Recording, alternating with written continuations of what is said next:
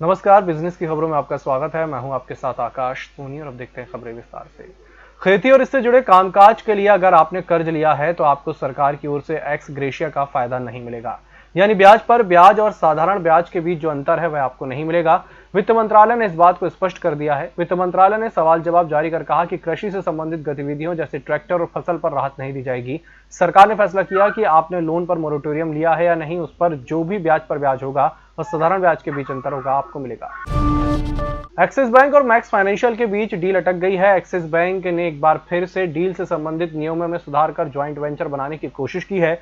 ये joint venture life insurance company max के साथ होना है। आपको बता दें कि इससे पहले जो दोनों कंपनियों के बीच एग्रीमेंट था वह रिजर्व बैंक के नियमों के मुताबिक नहीं था। इसी के बाद से एक नई डील बनाई गई है। इस नई डील के मुताबिक एक्सिस बैंक अब मैक्स लाइफ में 9% हिस्सा लेगा, जबकि पहले वह 17% हिस्सा लेने की तैयार था। कैलेंडर ईयर की तीसरी तिमाही में यूरो जोन की इकोनॉमी उम्मीद से बेहतर रिकवर हुई है। इससे पहले कोरोना महामारी के कारण इस क्षेत्र की जीडीपी में भारी गिरावट देखने को मिली थी। यूरोपियन यूनियन के स्टैटिस्टिक्स विभाग द्वारा जारी डेटा के मुताबिक तीसरी तिमाही में जीडीपी की शानदार रिकवरी में इटली, फ्रांस और स्पेन की सबसे अहम भूमिका रही। सत्ता के गलियारों से गांव की गलियों तक, देखिए हर खबर अपने मोबाइल पर। डाउनलोड कीजिए EMS news app.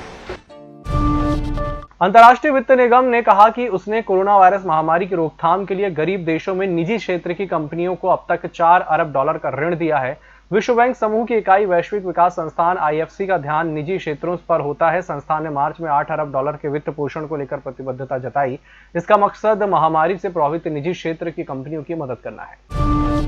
Reserve bank of India ने जियो पेमेंट्स बैंक पर $1 करोड़ का जुर्माना लगाया है। मैनेजिंग डायरेक्टर और चीफ एग्जीक्यूटिव ऑफिसर की दोबारा नियुक्ति की जानकारी देरी से देने पर यह जुर्माना लगाया गया है।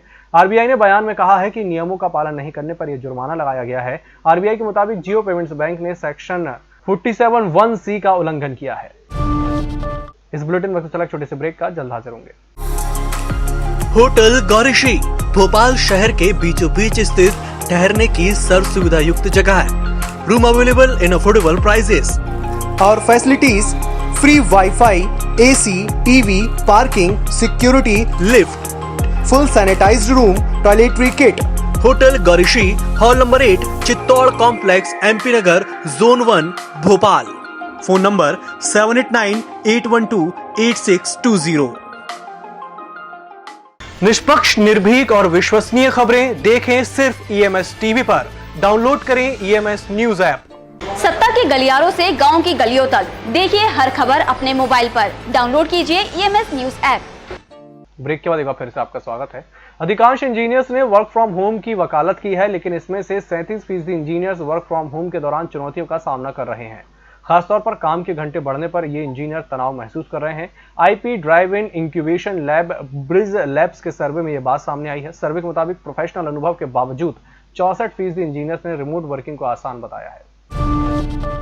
रेटिंग एजेंसी इकरा ने कहा है कि एथेनॉल की कीमतें बढ़ाने से चीनी मिलों को फायदा होगा। उसका मानना है कि देश में चीनी का उत्पादन आवश्यकता से अधिक रहने के बीच एथेनॉल की कीमतों में बढ़ोतरी चीनी उद्योग के लिए फायदेमंद रहेगी। सरकार ने गुरुवार को एथेनॉल की कीमतों में बढ़ोतरी का फैसला किया था। कैबिनेट की बैठक में एथेनॉल की कीमतें 2 से ₹3.35 तक बढ़ाने का फैसला लिया गया था। आलू की बढ़ती कीमतों को देख सरकार हरकत में आई है। उसने भूटान से लाइसेंस के बिना आलू के आयात की अनुमति दे दी है। इसका उद्देश्य घरेलू आपूर्ति को बढ़ाना और उसकी कीमतों को नियंत्रित करना है। पहली बार देश में एक एयरलाइन कंपनी की CEO एक महिला बनी है। हरप्रीत एडे सिंह को अलायंस एयर का प्रमुख नियुक्त किया गया है। अलायंस एयर सरकारी एयरलाइंस कंपनी एयर इंडिया की सहायक कंपनी है, इसलिए यह नियुक्ति सरकार ने की है। अलायंस एयर क्षेत्रीय विमान सेवाएं देती है।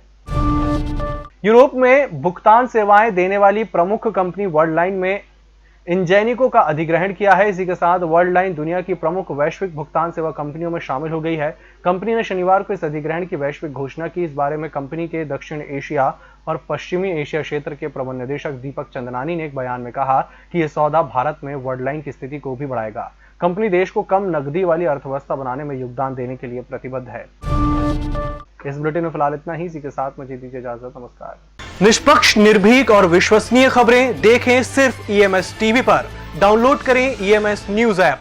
सत्ता के गलियारों से गांव की गलियों तक, देखिए हर खबर अपने मोबाइल पर। डाउनलोड कीजिए ईएमएस न्यूज ऐप।